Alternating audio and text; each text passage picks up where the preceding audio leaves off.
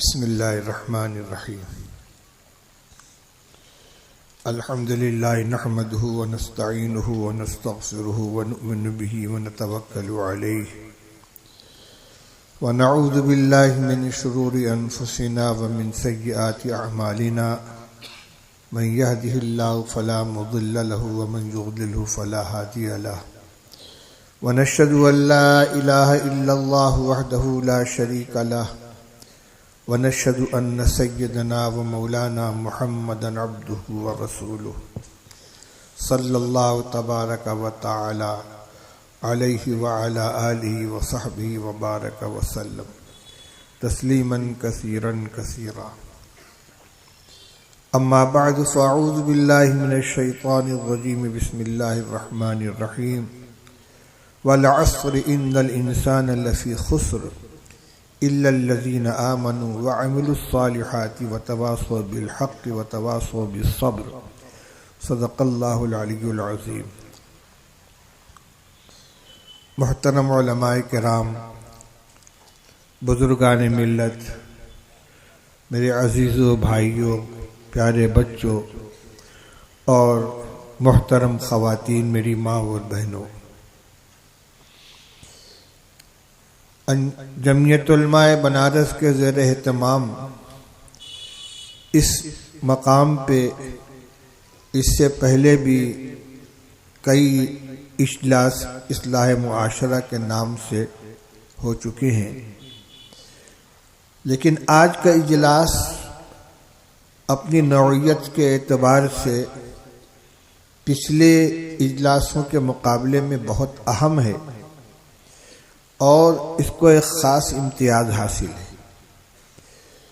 مجھے جب آج کے اجلاس میں پیش کیے جانے والے دونوں عنوان کے بارے میں بتلایا گیا، طبیعت بہت خوش ہوئی، اور عام طور سے ایک مزاج ہے کہ جلسے میں بیان کرنے کے لیے کون آئے گا، نامی گرامی مقررین دور دراز سے آئیں، ان کی پذیرائی ہوتی ہے، شوق سے ان کو سنا جاتا ہے، لیکن مقامی حالات، یہاں کے دینی تقاضوں سے واقفیت اور اسی ماحول کے اندر رہ کر ضرورت کا احساس کہ اپنے معاشرے کی اصلاح کرنے کے لیے اور اپنے درمیان پائی جانے والی خامیوں، کمزوریوں کی نشاندہی کرنے کے لیے، پھر ان کا علاج تجویز کرنے کے لیے ہمیں کیا انداز گفتگو اختیار کرنا چاہیے، آج اس کا اندازہ آپ نے کر لیا۔ الحمدللہ ہمارے دونوں عزیز علماء کرام مفتی ابو صالح سلمہ اور مولانا عمار یاسر سلمہ نے جس انداز سے گفتگو کی ہے، میں سمجھتا ہوں کہ انشاءاللہ آپ اس کو اپنے سینے کے اندر محفوظ کر کے لے جائیں گے۔ پہلے بیان میں میراث کے سلسلے میں قرآن پاک کے آیات کی روشنی میں اور حضرت نبی کریم صلی اللہ علیہ وسلم کی احادیث طیبہ کی روشنی میں جو ذمہ داری مرنے والے کے بڑے ورثہ کو دی گئی ہے، جن کے ہاتھ میں مال و متاع ہوتا ہے، جو میراث کے، کاروبار کے، مکان کے، زمین کے، جائیداد کے کرتا دھرتا ہوتے ہیں، ان کی تمام وارثوں کے بارے میں کیا ذمہ داری ہے، یہ بتلایا گیا ہے۔ اسلام ایک دین کامل ہے اور تمام گوشہائے زندگی میں کامل اس کے سلسلے میں رہنمائیاں موجود ہیں۔ قرآن پاک میں اللہ تعالیٰ نے میراث کے سلسلے میں مستقل رکوع نازل فرمایا، یوصیکم اللہ فی اولادکم للذکر مثل حظ الانثیین، اور بڑی عجیب و غریب بات ہے، جو طلبہ سراجی پڑھتے ہیں ان کو یہ بتلایا جاتا ہے کہ شریعت کے مسائل میں عام طور سے 4 مآخذ اختیار کیے جاتے ہیں۔ سب سے پہلے نمبر پر قرآن پاک کی آیات ہیں، نمبر 2 پہ احادیث طیبہ ہیں، نمبر 3 پہ اجماع امت ہے، نمبر 4 پہ قیاس صحیح ہے۔ لیکن میراث کے قواعد تمام تر قرآن پاک ہی سے مستنبط ہیں براہ راست۔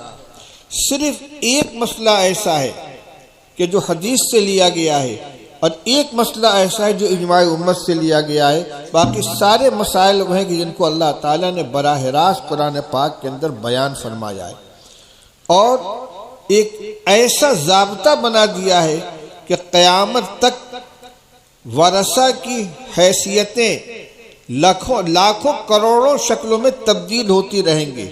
کسی کا انتقال ہوا، اس کے ورثہ کے اندر فلاں فلاں ہیں، کسی دوسرے کے ورثہ میں فلاں فلاں ہیں، لیکن جتنی بھی شکلیں پیدا ہو سکتی ہیں ان سب کا اس کے اندر حکم بیان کیا گیا ہے۔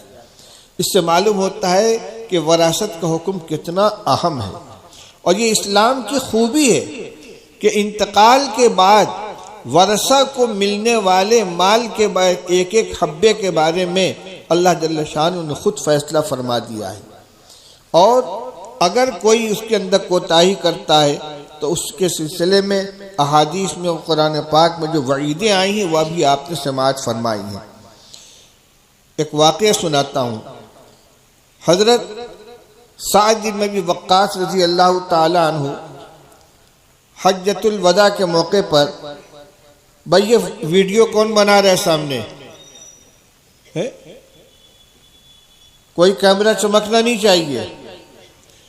حضرت سعد بن وقاص رضی اللہ تعالیٰ عنہ بیمار ہو گئے، اور اتنا بیمار ہو گئے، مکہ مکرمہ میں تھے، حج کے لیے گئے تھے، اتنا بیمار ہو گئے کہ اپنی زندگی سے ان کو مایوسی ہو گئی۔ رسول اللہ صلی اللہ علیہ وسلم ان کی عیادت کے لیے تشریف لے گئے، تو کہنے لگے کہ یا رسول اللہ، میں بہت خوشحال آدمی ہوں، میرے پاس زمین جائیداد پیسے بہت ہیں، اور میرے ورثہ میں صرف ایک بیٹی ہے، تو کیا میں اپنے مال کا 2/3 حصہ صدقہ کر دوں؟ آپ نے فرمایا نہیں۔ کہا تو آدھا صدقہ کر دوں؟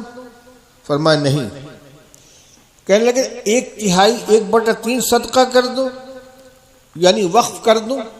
آپ نے فرمایا ہے 1/3 کر سکتے ہو، یہ بہت ہے۔ اس کے بعد آپ نے ارشاد فرمایا انکا ان تذر ورثتک اغنیاء خیر لک من ان تذرہم عالۃ یتکففون الناس۔ فرمایا کہ تم اپنے پیچھے اپنے ورثہ کو غنی چھوڑ کر جاؤ، کہ تمہارے مرنے کے بعد تمہارے تمام وارثوں کو حصہ رسد میراث کے اندر حصہ ملے، یہ زیادہ بہتر ہے بمقابلے اس کے کہ تم ان کو فقیر چھوڑ کر جاؤ، اپنی بیماری میں سب کچھ صدقہ کر دیا، وقف کر دیا، اتنا مسجد میں دے دینا، اتنا مدرسے میں دے دینا، اتنا فلاں کو دے دینا، یہ نہیں۔ زیادہ سے زیادہ 1/3 وقف کر سکتے ہو، صدقہ کر سکتے ہو، باقی ورثہ کے لیے چھوڑ کر جاؤ کہ تمہارے انتقال کے بعد وہ دوسروں کے سامنے ہاتھ نہ پھیلائیں۔ شریعت کا یہ مزاج ہے۔ پھر آپ نے فرمایا کہ تم جو کچھ اپنے اہل و عیال پر خرچ کرتے ہو یہ بھی صدقہ ہوتا ہے، حتیٰ کہ اپنی بیوی کے منہ میں جو لقمہ اٹھا کر دیتے ہو یہ بھی صدقہ ہے۔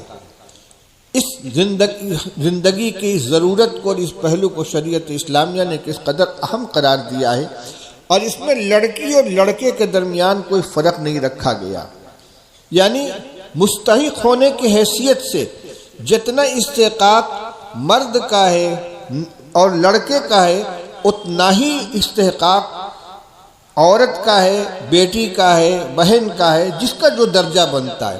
مقدار کے اعتبار سے کمی بیشی رکھی گئی ہے ان کے صنفی ضروریات کے پیش نظر، لیکن حقدار ہونے میں ایسا نہیں ہے کہ مرد اول نمبر پر مستحق ہے، عورت دوسرے نمبر پر مستحق ہے۔ یہ بڑی بدعملی کی چیز ہے کہ مسلمانوں کے درمیان بھی کسی مورث کے انتقال کے بعد وراثت کی تقسیم کا اہتمام نہیں کیا جاتا۔ یہ نہیں دیکھا جاتا کہ کون کتنے حصے کا مالک ہے، خاص طور سے بیٹی اور بہن، اور اگر دادا کی میراث ہے تو پھوپھی، اور اگر ان کا انتقال ہو گیا تو ان کی اولاد، ان کا حصہ کیا بنتا ہے؟ اگر وارث کو اس کا حصہ نہیں دیا گیا اور اس کا تصفیہ نہیں کیا گیا تو چاہے آدمی اپنی ذاتی زندگی میں کتنا ہی دیندار کیوں نہ ہو، حج پہ حج کر رہے ہیں، صدقہ خیرات کر رہے ہیں، مسجد مدرسے میں چندہ بھی دے رہے ہیں، نیک کاموں میں حصہ بھی لے رہے ہیں، لیکن وارث کو اس کا حصہ نہیں دیا ہے، اس کا تصفیہ نہیں کیا ہے، تو یہ بہت بڑے وبال کے عمل کے اندر مبتلا ہے، آدمی بہت خراب عمل کے اندر مبتلا ہے۔ اس لیے اس مولانا ابو صالح صاحب کے بیان میں جو تفصیل آپ کے سامنے آئی ہے، جس اہمیت کے ساتھ اس کو سمجھایا گیا ہے، اس کو اسی اہمیت کے ساتھ اپنے دل و دماغ کے اندر بسائیں، اور ہر ایک آدمی کو اس کی فکر کرنی چاہیے۔ ہمارے بڑوں کا یہی طریقہ رہا ہے۔ حضرت مولانا اشرف علی صاحب تھانوی رحمۃ اللہ علیہ وہ فرماتے ہیں کہ مجھے ایک مرتبہ خیال ہوا کہ میرے والد صاحب نے میری والدہ کا مہر ادا نہیں کیا تھا، اور ان کا انتقال ہو گیا، اور والدہ کا بھی انتقال ہو گیا، تو ان کے جو ورثہ ہیں اس مہر کی رقم کو ان کے ورثہ کے درمیان تقسیم کرنا چاہیے۔ تو میں نے تحقیق شروع کر دی۔ کوئی وارث ان کی یعنی والدہ مرحومہ کے ورثہ میں، ان کے سسرالی، ان کے میکے کے رشتہ داروں میں کوئی بمبئی میں ہے، کوئی کلکتہ میں ہے، کوئی پشاور میں ہے، کوئی لاہور میں ہے، مختلف ملکوں کے اندر، مختلف شہروں کے اندر پھیلے ہوئے ہیں۔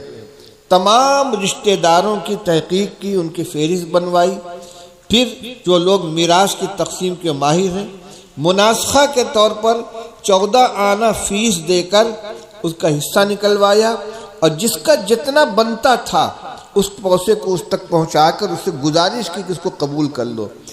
حضرت مولانا محمد زکریا صاحب رحمۃ اللہ علیہ فرماتے ہیں کہ ایک آنا ہمارے یہاں بھی آیا، ہماری بھی رشتہ داری لگتی تھی ان مرحومہ کے ساتھ، اور حضرت نے اس کو بڑے اصرار کے ساتھ دیا، اور ہم نے بڑی بشاشت کے ساتھ سعادت سمجھ کے اس کو قبول کیا۔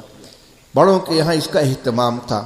ہمیں بھی اس کو سمجھنا چاہیے کہ جو وارث کا حق اس کو پہنچے، یا کم از کم خوش دلی کے ساتھ، پوری بشاشت قلب کے ساتھ، رضامندی کے ساتھ معاملے کا صحیح تصفیہ کر لیا جائے۔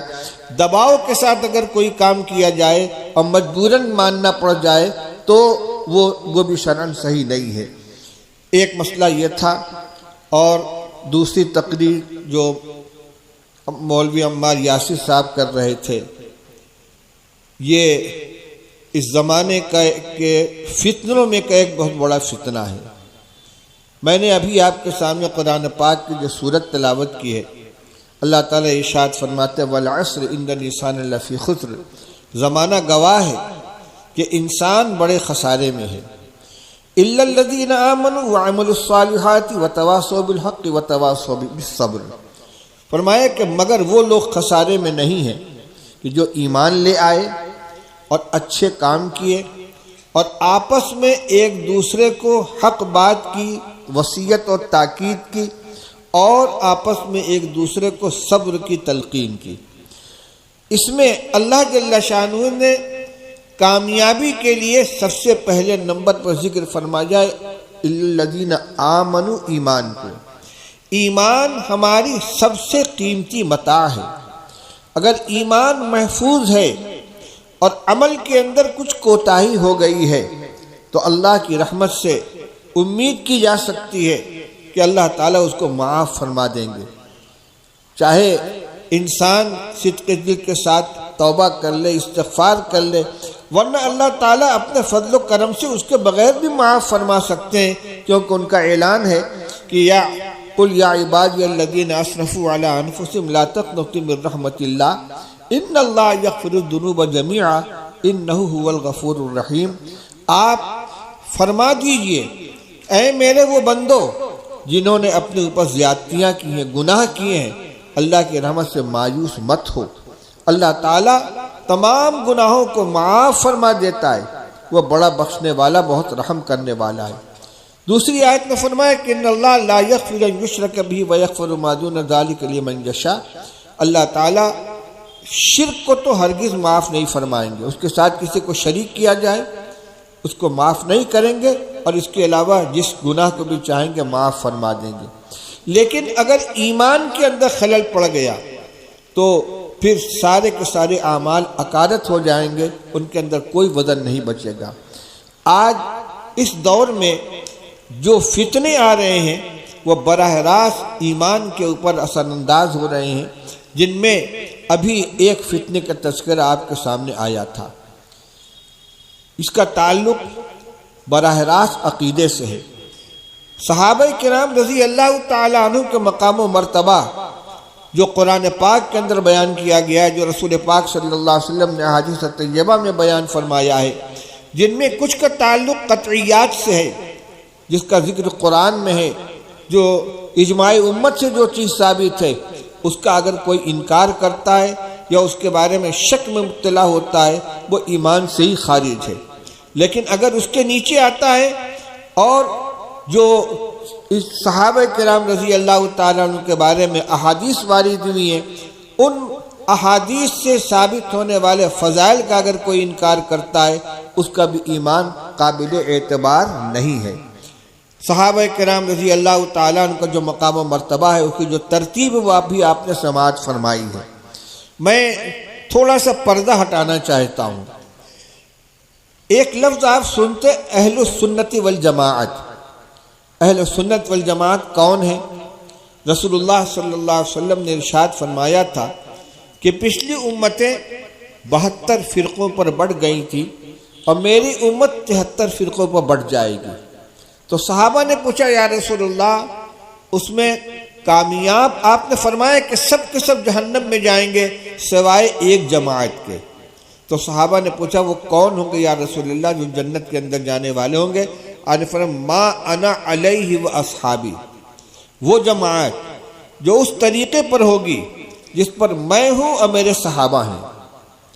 اسی لفظ کو لے کر اہل السنت والجماعت بنا ہے۔ آپ نے کیا فرمایا؟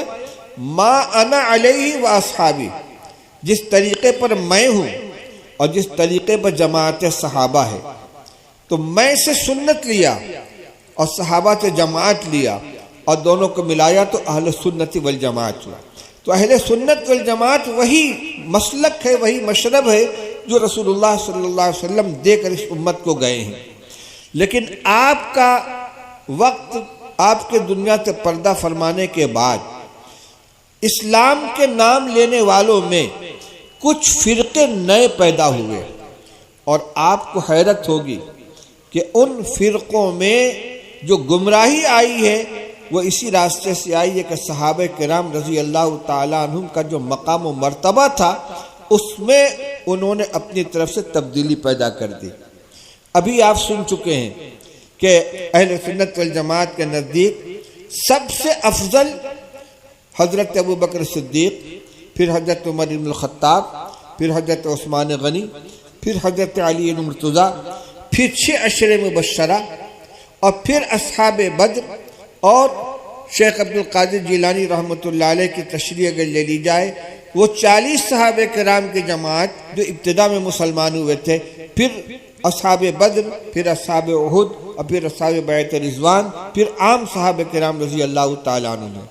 ان میں سے سب سے افضل حضرت ابو بکر ہے، پھر حضرت عمر ہے، پھر حضرت عثمان ہے، پھر حضرت علی ہے۔ حضور صلی اللہ علیہ وسلم کی وفات کے بعد حضرت ابو بکر رضی اللہ تعالیٰ عنہ کے زمانے میں کوئی نیا فرقہ پیدا نہیں ہوا، حضرت عمر رضی اللہ تعالیٰ عنہ کے زمانے میں کوئی نیا فرقہ پیدا نہیں ہوا، کیونکہ حضرت عمر رضی اللہ تعالیٰ عنہ فتنوں کے سیلاب کے لیے سد سکندری تھے۔ ایک روایت ہے کہ ایک مرتبہ حضرت صدیق اکبر رضی اللہ تعالیٰ عنہ نے صحابہ کرام رضی اللہ عنہ کے مجمع میں یہ پوچھا صحابہ کو مخاطب کر کے کہ ایک بات بتاؤ، فتنوں کے سلسلے میں رسول اللہ صلی اللہ علیہ وسلم کے ارشادات کو سب سے زیادہ کس کو معلومات ہے؟ تو حضرت حذیفہ ابن الجمان رضی اللہ عنہ نے فرمایا مجھے معلومات ہے۔ تو حضرت عمر رضی اللہ عنہ نے فرمایا یقیناً ہوگی، تم فتنوں کی جانکاری کے سلسلے میں بڑے جری تھے۔ حضرت حذیفہ رضی اللہ تعالیٰ فرماتے ہیں کہ لوگ رسول اللہ صلی اللہ علیہ وسلم سے فضائل کی باتیں پوچھا کرتے تھے، میں فتنوں کے بارے میں پوچھا کرتا تھا، کون کون سے فتنے آئیں گے، کیسے کیسے فتنے ہوں گے، تاکہ میں اس سے بچ کر رہوں۔ چنانچہ ایک لمبی حدیث ہے، حضرت حذیفہ رضی اللہ تعالیٰ نے فرمایا کہ حضور نے یہ فرمایا تھا، حضور نے یہ فرمایا تھا، تو اس میں حضرت عمر رضی اللہ تعالیٰ نے فرمایا کہ میں اس فتنوں کے بارے میں پوچھ رہا ہوں کہ جو سیلاب کی طرح آئے گا اور لوگوں کو اپنے اندر بہا کر لے کر چلا جائے گا۔ تو حضرت حذیفہ رضی اللہ تعالیٰ نے فرمایا کہ امیر المومنین، آپ کو اس سے اندیشہ کرنے کی ضرورت نہیں ہے، کیونکہ آپ کے درمیان اور اس فتنے کے درمیان ایک بند دروازے کا آڑ ہے۔ حضرت عمر فرمایا اچھا یہ بتلاؤ کہ دروازہ کھولے گا یا توڑا جائے گا؟ ان کا نہیں، توڑا جائے گا۔ فرمایا اچھا جب توڑا جائے گا تو پھر کبھی بند نہیں ہوگا۔ یہ روایت حضرت حذیفہ رضی اللہ تعالیٰ نے بیان کر دی، مجمع ختم ہو گیا۔ پھر حضرت حذیفہ رضی اللہ تعالیٰ عنہ جب وہاں سے اٹھے ہیں تو عام لوگ سمجھ نہیں سکے کہ وہ بند دروازے سے کیا مراد ہے۔ تو ایک صاحب سے کہا گیا کہ حضرت حذیفہ سے پوچھو کہ سیلاب، فتنوں کے سیلاب کو روکنے والے وہ بند دروازہ سے کیا مراد ہے؟ تو صاف صاف پوچھنے کی ہمت نہیں ہوئی، یوں پوچھا کہ کیا حضرت عمر رضی اللہ تعالیٰ نے سمجھ گئے تھے کہ وہ بند دروازہ کیا ہے؟ فرمایا ہاں، اتنا واضح طور سے سمجھ گئے تھے جیسے آئندہ آنے والے سے پہلے آج کا دن ہے، اس میں کوئی خفا تو نہیں ہے، کل ہوگا، آج ہے۔ جتنا واضح یہ ہے اتنی وضاحت کے ساتھ حضرت عمر رضی اللہ تعالیٰ عنہ نے سمجھ لیا تھا کہ وہ بند دروازہ کون ہے۔ اب بھی لوگ نہیں سمجھے، حضرت واضح کر دیجئے کہ وہ بند دروازہ کیا ہے۔ فرمایا وہ خود حضرت عمر رضی اللہ عنہ کی ذات ہے۔ اسی کو پوچھا تھا کہ دروازہ کھولے گا یا توڑا جائے گا؟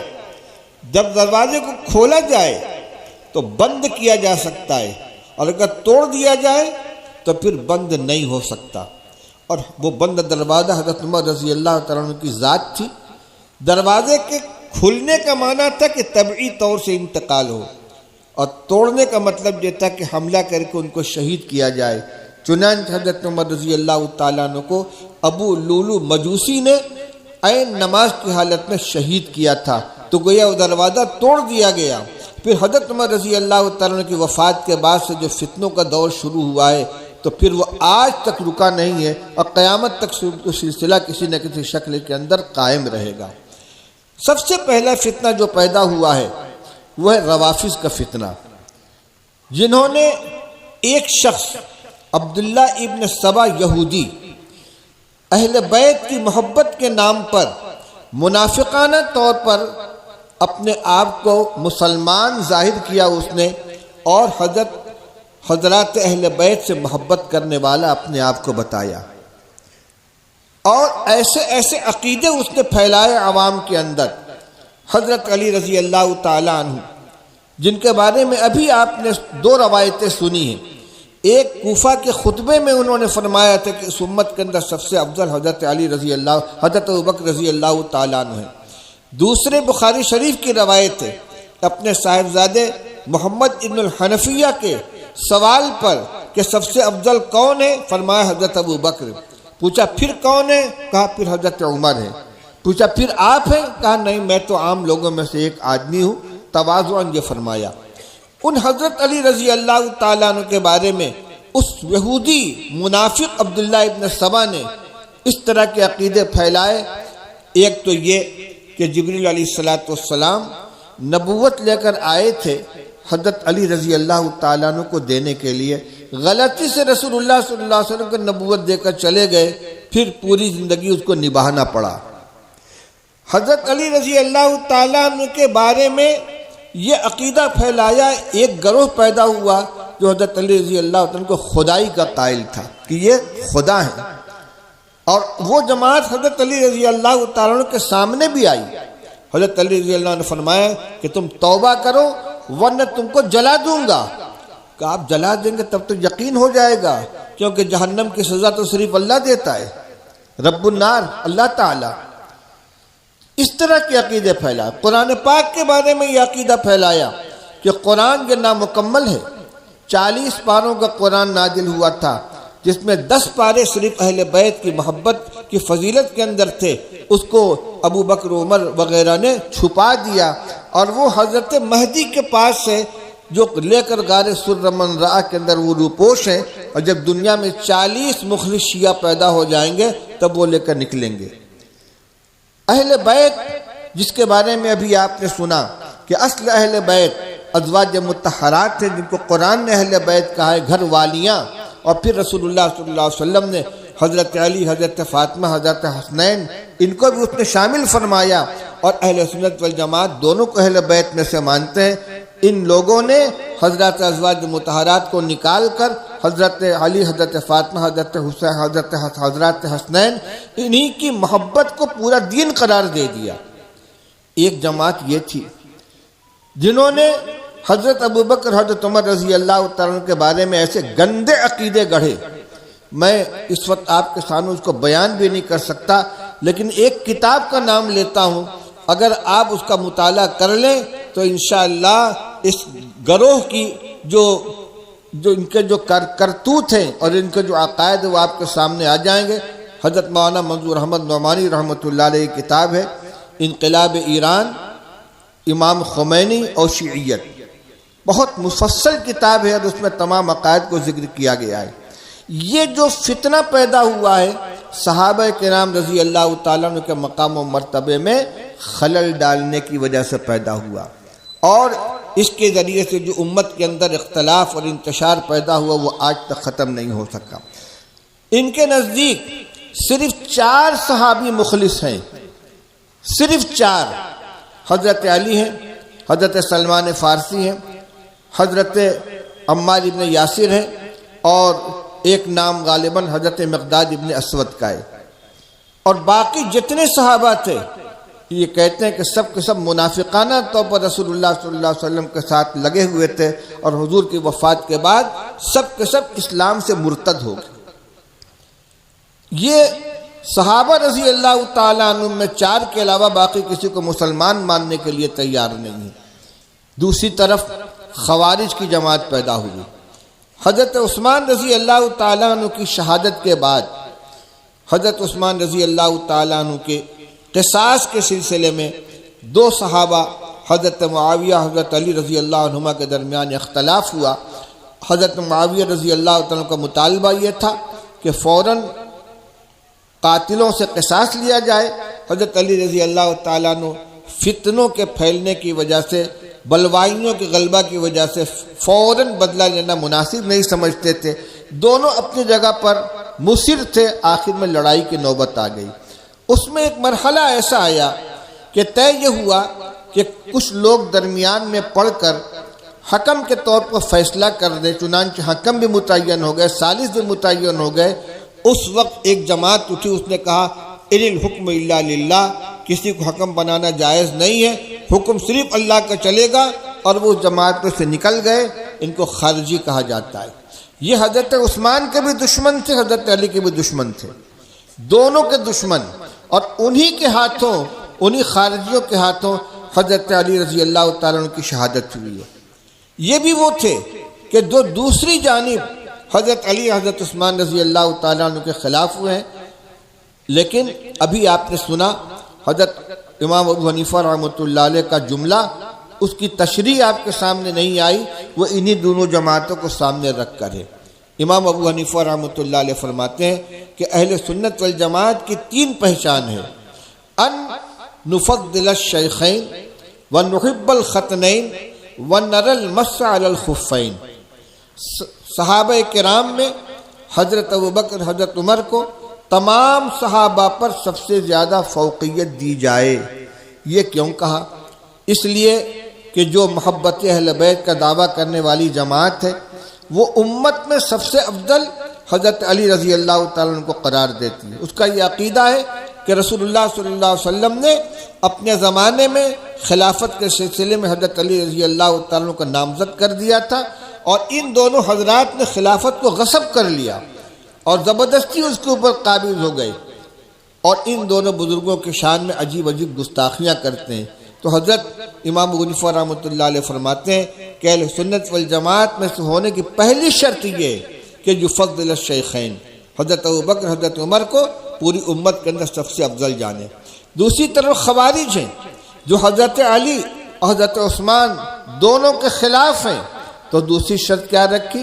ان یحب الختنین، کہ حضور صلی اللہ علیہ وسلم کے دونوں داماد یعنی حضرت عثمان اور حضرت علی رضی اللہ تعالیٰ عنہ سے محبت کریں۔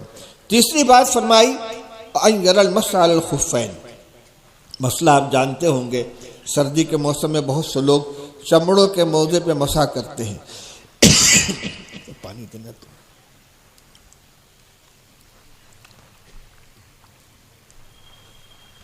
اہل سنت والجماعت کے نزدیک اپنی شرائط کے ساتھ اگر چمڑے کا موزہ پہنا جائے تو اسے مسح کرنا جائز ہے، لیکن معتزلہ اور خوارج یہ مسح علی الخفین کو جائز نہیں کہتے، یہ کہتے ہیں ہر حال میں پیر دھلنا ضروری ہے، جبکہ مسح علی الخفین کا جواز امت کا اجماعی مسئلہ ہے۔ دوسری طرف روافض ہیں، ان کے یہاں موزے پر نہیں بلکہ براہ راست پیر پر مسح کیا جاتا ہے، وضو میں پیر دھونا نہیں جاتا بلکہ پیر پر مسح کیا جاتا ہے۔ تو مسح کو ایک جماعت جائز ہی نہیں کہتی اور ایک جماعت کہتی خفین پر مسح کرنے کے بجائے پیر پر مسح کیا جائے گا۔ اس لیے اہل سنت والجماعت کی تیسری پہچان یہ ہے کہ وہ اپنی شرائط کے ساتھ مسح علی الخفین کو جائز قرار دیتے ہیں۔ تو میں یہ عرض کرنا چاہتا تھا کہ یہ جو جماعتیں نکلی ہیں، حق کے راستے سے بھٹکی ہیں، تو اس کی بنیاد یہی تھی کہ صحابہ کرام رضی اللہ تعالیٰ عنہ کے بارے میں اہل سنت والجماعت کے جو متفق عقائد تھے، جو قرآن و حدیث سے ثابت تھے، اس کے بارے میں انہوں نے انحراف کیا اور اس کی وجہ سے راہ مستقیم سے ہٹ گئے۔ خلاف مزاج آج اس جگہ اس کو موضوع بحث کیوں بنایا گیا، اس کی طرف بھی آپ کو اشارہ کر دیا گیا کہ سوشل میڈیا کا دور ہے، اور ہر وہ شخص جس کے ہاتھ میں قلم ہے، اور اب تو قلم کی بھی ضرورت نہیں ہے، کی پیڈ موجود ہے موبائل کے اندر، جو چاہا لکھا، جو چاہا وائرل کر دیا۔ اس لیے میرے بھائیوں، میں تمام نوجوانوں سے یہ گزارش کرنا چاہتا ہوں کہ ہر وائرل شدہ تحریر کو پڑھنے کی یا ہر ریکارڈ تقریر کو سننے کی کوشش نہ کریں۔ بہت بنیادی بات یہ کہ دیکھا جائے کہ کون گفتگو کر رہا ہے، کس کی تحریر ہے۔ اگر وہ اہل حق میں سے ہیں، جانے پہچانے علماء میں سے ہیں، سند یافتہ عالم ہیں، صحیح طریقے سے انہوں نے علم حاصل کیا ہے، تب آپ ان کی تحریر کو پڑھیں یا ان کی تقریر کو سنیں، لیکن ہر تحریر پڑھنے کی کوشش نہ کریں، ہر تقریر سننے کی کوشش نہ کریں۔ آدمی بغیر دلائل کے، بغیر علم صحیح کے اپنی رائے کے طور پر جو باتیں پیش کرے گا، چاہے وہ بظاہر قرآن و حدیث کا حوالہ دے رہا ہو اور آپ علم کی گہرائی سے واقف نہیں ہیں، قرآن و حدیث سے واقف نہیں ہیں، تو ناواقفیت کی وجہ سے جو بات آپ کے سامنے آئے گی آپ اس سے متاثر ہو جائیں گے۔ چنانچہ یہ فتنہ، رافضیت کا فتنہ پھیل رہا ہے، پہلے ایسا نہیں تھا، اور مجھے سن کر بہت افسوس ہوا کہ ہمارے محلے کے، ہماری جماعت کے بعد نوجوان بچھڑ گئے ہیں اور غلط راستے کے اوپر چلے گئے ہیں۔ یہ ایک دو دن کی محنت کا نتیجہ نہیں ہوگا، یا تو انہوں نے سوشل میڈیا کے ذریعے غلط معلومات حاصل کی ہے اور اس سے متاثر ہو گئے ہیں، یا ہمارے یہاں جو دوستی ہوتی ہے جس میں مسلک و مشرب کا کوئی امتیاز نہیں ہوتا، ہر مسلک، ہر مشرب، ہر ذہنیت کے لوگ بس ہم عمری کی بنیاد پر ایک بیٹھک میں بیٹھ رہے ہیں، ایک دوسرے کی باتیں سن رہے ہیں، اس سے متاثر ہو کر انہوں نے اپنا عقیدہ تبدیل کر لیا۔ میرے بھائیوں، یہ بہت خطرناک راستہ ہے، اس سے اپنے آپ کو بچانے کی کوشش کریں۔ اور صرف یہی نہیں ہے، دیگر فتنے جو ایمان کو مجروح کرنے والے ہیں، ابھی ہمارے مدن پورہ میں شاید اس کے زیادہ اثرات نہیں ہیں۔ شکیل بن حنیف کا ایک فتنہ پورے ہندوستان میں بڑی تیزی کے ساتھ پھیل رہا ہے، اور یہ شکیلی لوگ اپنی شکل و صورت کے اعتبار سے بڑے دیندار ہوتے ہیں۔ لمبا کرتا، ٹخنے سے اوپر پاجامہ، ہاتھ میں تسبیح، پیشانی پر سجدے کا نشان، جماعتوں کے اندر بھی لگے رہتے ہیں، پہلے وقت لگائے ہوئے بھی ہوتے ہیں، اور ان کا عقیدہ یہ ہے کہ شکیل بن حنیف یہ حضرت عیسیٰ ہے اور یہ حضرت مہدی ہے، اور اس کو بیک وقت وہ عیسیٰ اور مہدی مانتے ہیں۔ ان کے جو عقائد ہیں ان کی روشنی میں دارالعلوم دیوبند اور ملک کے تمام معتبر دارالفتاؤں سے ان کے بارے میں فیصلہ ہو چکا ہے کہ یہ ایمان سے خارج ہیں اور مرتد ہو چکے ہیں۔ جیسے قادیانی مرتد، اسی طریقے سے شکیلی مرتد ہیں۔ ایسے ہی یونس الگوہر کے نام سے ایک پروگرام آتا ہے سوشل میڈیا کے اوپر، وہ ذکر کراتا ہے بیٹھ کر، یہ خاص ذکر ہے یا مخصوص ذکر ہے یا فلاں ذکر ہے، الا اللہ کے ذریعے بھی لگواتا ہے۔ اس کا عقیدہ بھی انتہائی خطرناک ہے۔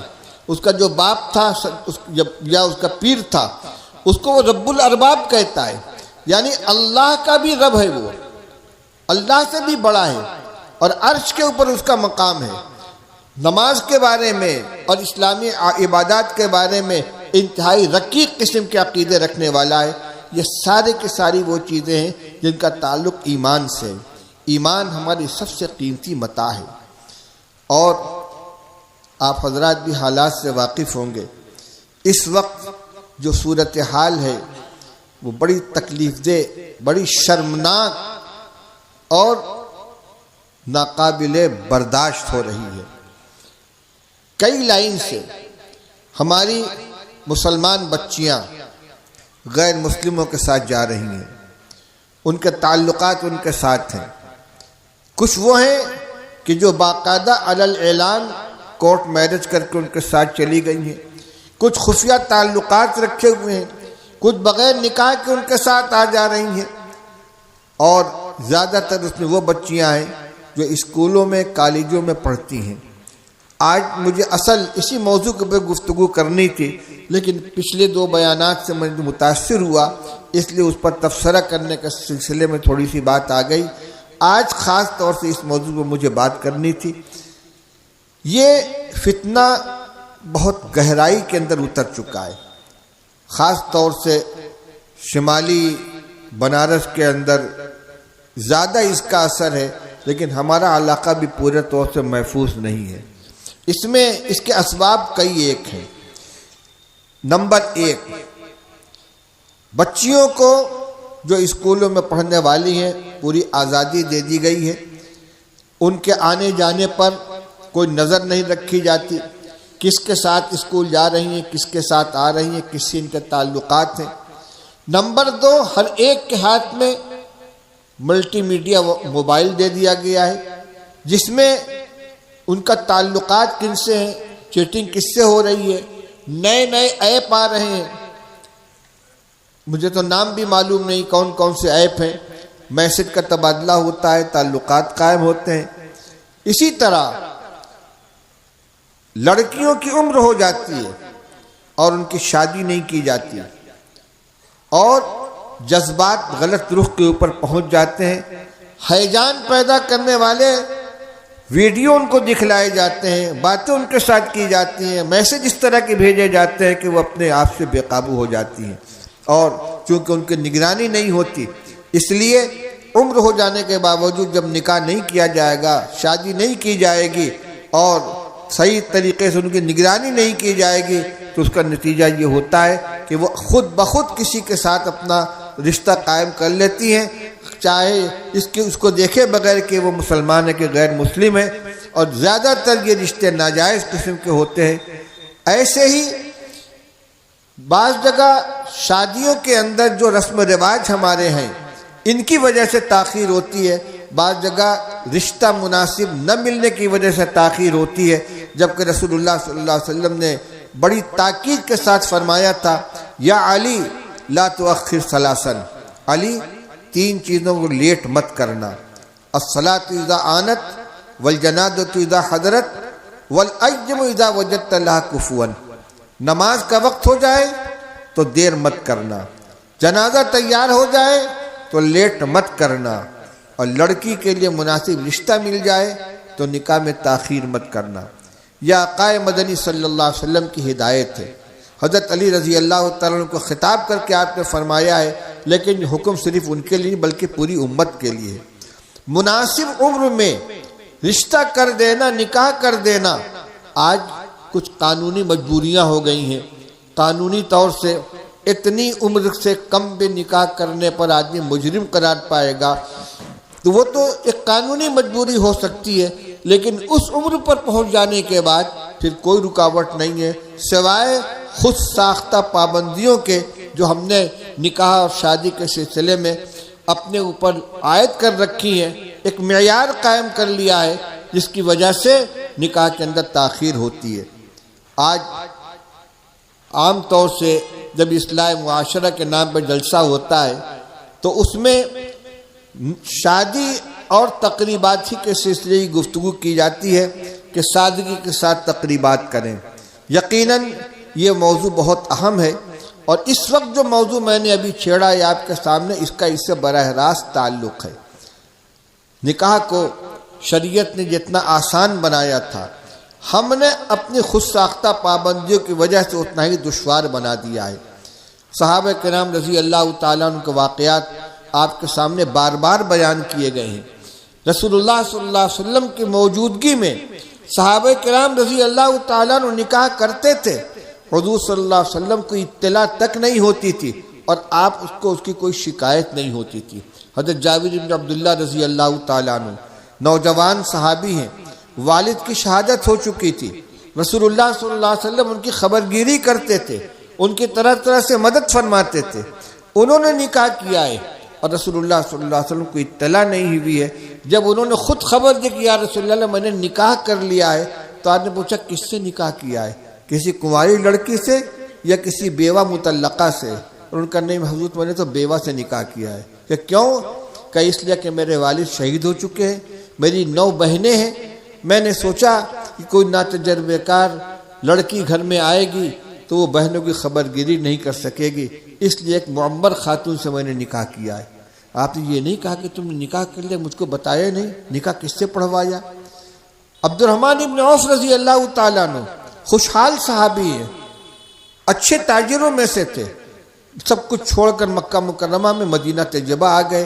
یہاں آنے کے بعد چھوٹی موٹی تجارت کی، کچھ کمائی ہوئی، انہوں نے نکاح کر لیا۔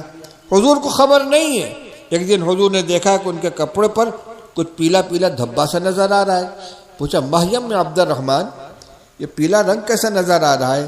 کہنے لگے یا رسول اللہ میں نے نکاح کیا ہے نا، نکاح کیا تھا، جو بیوی آئی ہے تو وہ زعفران کے اندر رنگے ہوئے کپڑے پہن کر آئی تھی، اور ساتھ میں لیٹنے کی وجہ سے اس کا دھبا ان کے کپڑے پر آ گیا تھا۔ تو آپ نے پوچھا یہ کیا تھا؟ کہ میں نے نکاح کیا ہے۔ فرمایا کس سے نکاح کیا؟ تو فرمایا ایک انصاری خاتون سے۔ مہر کیا دیا ہے؟ کہ 5 درہم کے برابر سونا دیا ہے۔ فرمایا ولیمہ کر لینا، چاہے ایک بکری کیوں نہ قربان کرنی پڑے۔ یہ نہیں فرمایا کہ نکاح تم نے کس سے پڑھوا لیا، مجھ کو خبر کیوں نہیں دی۔ اس طریقے سے سادگی کے ساتھ نکاح ہوتا تھا۔ ہمارے اکابر کے واقعات کتابوں میں لکھے ہوئے ہیں۔ آپ بیتی میں مولانا محمد زکریا صاحب رحمۃ اللہ علیہ نے خود بیان فرمایا ہے کہ ایک دن چچا جان مولانا الیاس صاحب تشریف لائے ہوئے تھے، کہنے لگے بھائی زکریا ان لونڈوں کا نکاح نہ کر دو۔ یہ لونڈو ہمارے یہاں تو اچھا نہیں سمجھا جاتا، لیکن مشرقی اتر پردیش میں لڑکوں کے معنی میں بولا جاتا، بچوں کے معنی میں۔ اور مراد کون تھے؟ حضرت مولانا محمد یوسف صاحب، حضرت مولانا انعام الحسن صاحب۔ فرمایا نکاح پڑھ دیجئے۔ چنانچہ وہیں پر مولانا الیاس صاحب رحمۃ اللہ علیہ نے مجلس کے اندر حضرت شیخ رحمۃ اللہ علیہ کی ایک صاحبزادی سے مولانا یوسف صاحب کا نکاح کر دیا، اور ایک صاحبزادی سے مولانا انعام الحسن صاحب کا، اور یہ دونوں مظاہر العلوم میں پڑھ رہے تھے۔ نکاح ہو جانے کے بعد حضرت گھر میں گئے ہیں اور جا کر اہلیہ سے بتلایا کہ فلاں فلاں بچیوں کو میں نے نکاح کر دیا۔ کہنے لگی یا اللہ خبر تو دیے ہوتے، میں کم سے کم 1 جوڑا کپڑے تیار کرا دیتی۔ فرمایا اچھا مجھے خبر نہیں تھی کہ میری بچیاں بل لباس کی پھرتی ہیں۔ اچھا اس کے بعد فرمایا کہ دونوں کو رخصتی کا انتظام کرو۔ چنانچہ اسی دن رات کو کچے گھر میں ایک کی رخصتی کرا دی گئی اور ایک دوسرے کمرے کے اندر دوسرے کی رخصتی کرا دی گئی۔ دن کو نکاح ہوا ہے، شام کو رخصتی ہو گئی اور دونوں مدرسے کے اندر پڑھ رہے ہیں۔ یہ نمونہ ہمارے اکابر کا۔ بالکل یہی شکل مولانا محمد قاسم صاحب نانوتوی رحمۃ اللہ علیہ کے صاحبزادی کا نکاح ہوا ہے۔ مولانا یہ حامد الانصاری غازی کے جو والد تھے، جو داماد تھے حضرت مولانا قاسم محمد قاسم استاد نانوتوی رحمۃ اللہ علیہ کے، کہ بیٹھے بیٹھے ایک دن اہلیہ نے کہا کہ بچی بڑی ہو گئی ہے، آپ کو کوئی فکر نہیں ہے؟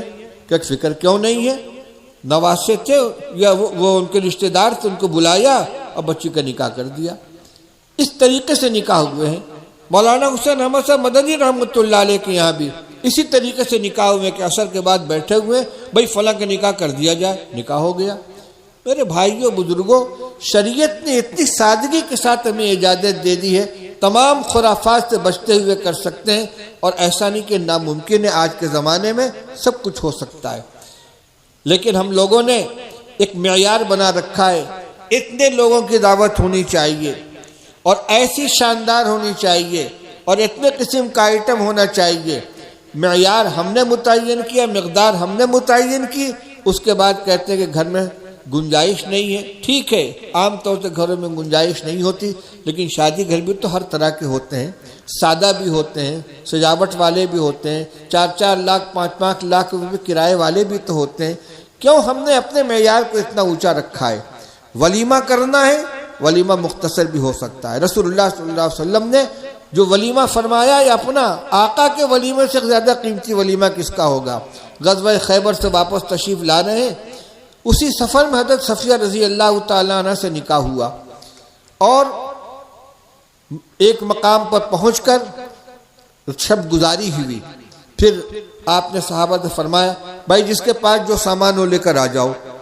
ایک چمڑے کا دسترخوان بچھا دیا گیا، ستو، چھہارا، پنیر، گھی، جس کے پاس جو سامان تھا سب نے لا کے دسترخوان سے پلٹ دیا، سب کو مل کے مالیدہ بنا دیا، فرمایا کھاؤ، ولیمہ ہے، یہ ولیمہ ہے۔ اس طریقے سے سادگی کے ساتھ رسول اللہ صلی اللہ علیہ وسلم نے ولیمہ فرمایا۔ سب سے بڑا ولیمہ جو ہوا ہے حضرت زینب رضی اللہ عنہ کے نکاح میں، اس میں آپ نے گوشت اور روٹی کھلائی تھی، اور طریقہ کیا تھا؟ حضرت انس سے فرمایا کہ جاؤ فلاں فلاں کو بلا لاؤ، اور جو لوگ راستے میں ملے ان کو بلا لاؤ۔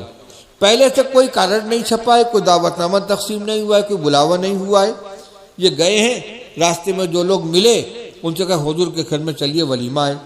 جب لوٹ کر آئے تو گھر بھر چکا تھا، کھانا کھلایا گیا۔ کھانے سے فارغ ہونے کے بعد تمام لوگ اٹھ کر چلے گئے، 3 صحابہ بیٹھے رہ گئے، بات چیت میں لگے ہوئے تھے۔ حضور صلی اللہ علیہ وسلم کبھی باہر جانے کبھی اندر آنے کے لوگ اٹھیں تو میں چلوں۔ جب کافی تاخیر ہو گئی تو اس کے بعد وہ لوگ اٹھے ہیں، اور اسی وقت پردے کی آیت نازل ہو گئی۔ اس کے پہلے عورتوں کے لیے پردے کا حکم نہیں تھا۔ میں کچھ مثالیں پیش کر رہا ہوں، اس لیے میرے بھائی آج کے زمانے میں بھی بہت سے گھرانوں کے اندر اس طریقے سے سادگی کے ساتھ نکاح ہو رہے۔ ہمت کر کے 1-2 افراد اگر کھڑے ہوں گے اور یہ طے کر لیں گے، گنجائش ہونے کے باوجود، استطاعت کے باوجود، کہ بھئی ہم سادگی کے ساتھ اپنے گھر میں نکاح کریں گے اور خرافات سے اپنے آپ کو بچائیں گے۔ ابھی تو میں یہ صرف اسی کو ذکر کر رہا ہوں، ورنہ بے پردگی، ویڈیوگرافی اور میوزک وغیرہ جو ہوتے ہیں جن کے حرام ہونے میں کے اندر کوئی شبہ نہیں ہے، وہ بھی ہماری ان تقریبات کے اندر شامل ہیں۔ تو بات وہاں سے چلی تھی کہ آج ہماری بچیاں غیروں کے ساتھ جا رہی ہیں، اور ان کے اسباب میں جہاں والدین کی طرف سے غفلت ہے، ان کی نگرانی نہیں کرتے، ان کی دیکھ ریکھ نہیں کرتے، ان کے تعلقات کس سے ہیں، ان کا میسج کی آمد و رفت کس کے ساتھ ہو رہی ہے، وہیں ایک سبب یہ بھی ہے عمر ہو جانے کے باوجود ان کے ساتھ ان کا نکاح نہیں کیا جاتا، اس میں تاخیر کی جاتی ہے۔ ابھی 1 مہینہ پہلے علی پورہ سے کئی بچیوں کے خطوط اکٹھا ایک پیکٹ کے اندر میرے پاس دیوبند پہنچے ہیں، جس میں ان بچیوں نے جو دیندار بچیاں ہیں اس صورتحال کے اوپر اپنی تکلیف کا اظہار کیا ہے، اور یہ فریاد کی ہے کہ ہماری بہنوں کو بچائیے۔ وہ جا رہی ہیں غیروں کے ساتھ، ایمان سے ہاتھ دھو رہی ہیں، ان کے بچانے کی تدبیر کیجیے۔ میں سمجھتا ہوں کہ اس علاقے کے بھی کچھ نہ کچھ لوگ یہاں ضرور موجود ہوں گے، اور میری اگر نہیں ہے تو میری آواز وہاں تک پہنچے گی۔ اللہ تعالیٰ نے خوشحالی عطا فرمائی ہے، آج لوگ اسکول قائم کر رہے ہیں تجارتی نقطہ نظر سے، اپنے مینجمنٹ کا بچیوں کے لیے اسکول قائم کریں۔ میں یہ نہیں کہتا کہ کسی کو اسکول نہ پڑھایا جائے، کیونکہ جس نے طے کر لیا ہے صرف اس اپیل کی وجہ سے وہ نہیں رکے گا۔ ٹھیک ہے، ایک معیار تک آپ تعلیم دلائیے، لیکن 2 باتوں کا خیال رکھیے۔ ایک تو یہ کہ اسکول اپنے مینجمنٹ کا ہونا چاہیے اور اس کے اندر دینیات کا لازمی حصہ کم سے کم اتنا کہ جیسے ایمان اور عقیدے کی حفاظت ہو کر نصاب میں شامل رکھا جائے، اور اگر یہ نہیں ہوتا تو کم سے کم ان کے لیے الگ سے دینی تعلیم کا نظام قائم کیا جائے۔ تو ہمارے جو خوشحال لوگ ہیں، جہاں تجارتیں کرتے ہیں، اسکول قائم کرتے ہیں، پرائیویٹ اسپتال قائم کرتے ہیں، تو مسلم مینجمنٹ کا ایسا اسکول بنائیں کہ جہاں پردے کی رعایت کے ساتھ، اہتمام کے ساتھ اپنی بچوں کو تعلیم دی جا سکے۔ اسی طریقے سے جو بچیوں کو آزادی دے دی گئی ہے ان کے اوپر بھی نظر رہنی چاہیے۔ بہتر یہ ہوگا کہ اگر کوئی بچی اسکول میں پڑھ رہی ہے تو کوئی محرم اس کے ساتھ جائے اس کو پہنچانے کے لیے، اور چھٹی کے بعد اپنے ساتھ لے کر آئے۔ چھٹی دے دی گئی، موبائل دے دیا گیا، اس کے بعد آزاد چھوڑ دیا گیا، تو ظاہر بات ہے کہ شیطان پیچھے لگا ہوا ہے، اور غیروں کی طرف سے باقاعدہ پلاننگ کے تحت تحریک چلائی جا رہی ہے کہ مسلمان بچوں کو اغوا کرو، ان سے غلط تعلقات قائم کرو، اس پہ انعامات دیے جا رہے ہیں، ان کی زندگی گزارنے کے لیے رقمیں دی جا رہی ہیں، ان کو قانونی تحفظ فراہم کیا جا رہا ہے۔ آپ دیکھ لیجئے کہ اگر خدا نہ خواستہ کوئی غیر مسلم اس کو کسی نے دعوت دے کر مسلمان بنا لیا تو کتنی مصیبت کے اندر پھنستا ہے، لیکن ہزاروں لڑکیاں غیروں کے ساتھ جا رہی ہیں، ان کے اوپر تبدیلی مذہب کا کوئی قانون نافذ نہیں ہوتا۔ اس کا مطلب یہ کہ ان کی سرپرستی کی جا رہی ہے۔ اس لیے ہوش کا ناخن لینا چاہیے۔ ہمارے اور آپ کے گھروں میں بھی جو بچیاں اسکولوں میں پڑھ رہی ہیں، مطمئن ہو کر نہ بیٹھیں، ان کے بارے میں ذرا نگاہ رکھیں، خیال رکھیں، اور اسی کے ساتھ ساتھ چونکہ یہ جلسہ اصلاح معاشرہ کا ہے تو جو دینی اعتبار سے ہمارے اندر کمزوریاں آ رہی ہیں ان کو بھی دور کرنے کی کوشش کریں۔ اتنے بڑے محلے کے اندر آج کے زمانے میں تمام مسجدیں تنگ ہونی چاہیے، لیکن آج بھی آبادی کے اعتبار سے دیکھا جائے تو بے نمازیوں کی تعداد نمازیوں کے مقابلے میں بڑی کم رہتی ہے۔ نماز کا اہتمام کریں۔ نماز کے اوپر جو علماء کرام زور دیتے ہیں اس کی ایک وجہ یہ بھی ہے کہ اللہ تعالیٰ ارشاد فرماتے ان الصلاۃ تنہی عن الفحشاء والمنکر، نماز بے حیائیوں سے، منکرات سے روکتی ہے۔ یہ نماز کی تاثیر ہے۔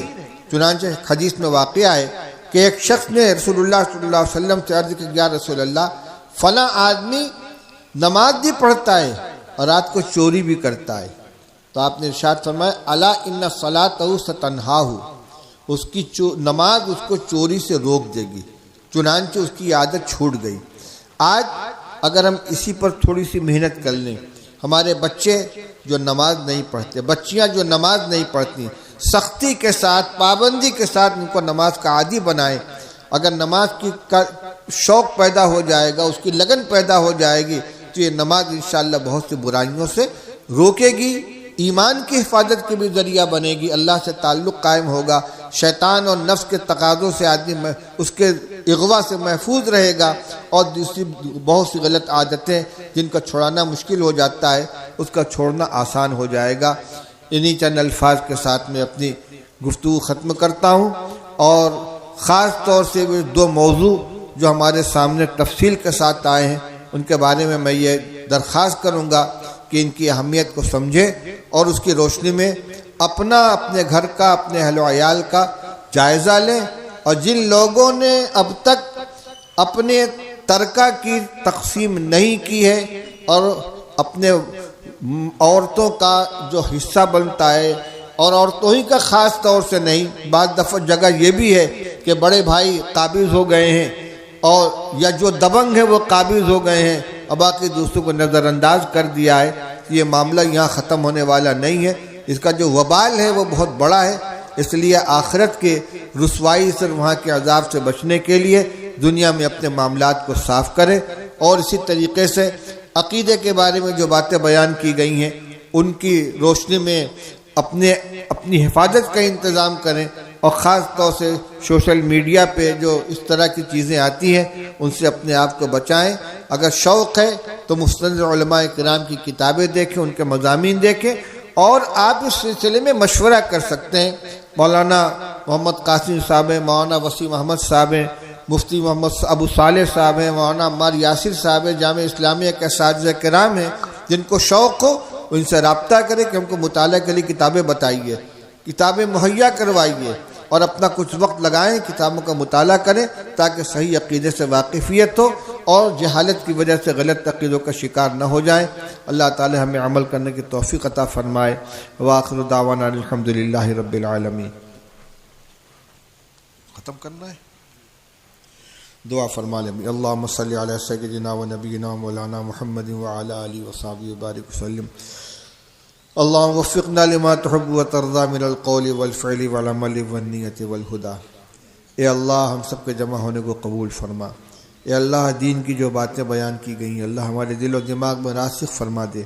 اے اللہ ہمارے ایمان کی بھی حفاظت فرما، ہمارے عقیدے کی حفاظت فرما، ہمارے اعمال کی حفاظت فرما۔ اے اللہ ہمارے نوجوانوں کی حفاظت فرما، ہماری بچیوں کی حفاظت فرما۔ اے اللہ ہر طرح کی اغوا سے اور ضلالت سے ہماری حفاظت فرما۔ اے اللہ پورے دین پر عمل کرنے کی توفیق عطا فرما، حقوق اللہ کی ادائیگی کی بھی توفیق عطا فرما، حقوق العباد کی ادائیگی کی بھی توفیق عطا فرما۔ جو بری عادتیں ہمارے اندر راسخ ہو چکی ہیں اللہ ان سے ہمیں نجات عطا فرما۔ اے اللہ اپنا سچا تعلق نصیب فرما۔ حضرات صحابہ کرام رضی اللہ تعالی عنہم کی سچی محبت ہمارے دلوں میں پیدا فرما، ان کے مقام و مرتبے کو پہچاننے کی توفیق عطا فرما، غلط عقائد سے ہماری حفاظت فرما۔ اے اللہ برکت والی حلال روزی عطا فرما۔ اے اللہ حرام سے ہماری بال بال حفاظت فرما۔ اے اللہ ہر طرح کے غلط عمل سے، ہر طرح کے غلط عقیدے سے ہماری پوری حفاظت فرما۔ ربنا آتنا فی الدنیا حسنۃ وفی الآخرۃ حسنۃ وقنا عذاب النار۔ صلی اللہ تعالی علی خیر خلق محمد وآلہ وصحبہ اجمعین برحمتک یا ارحم الراحمین۔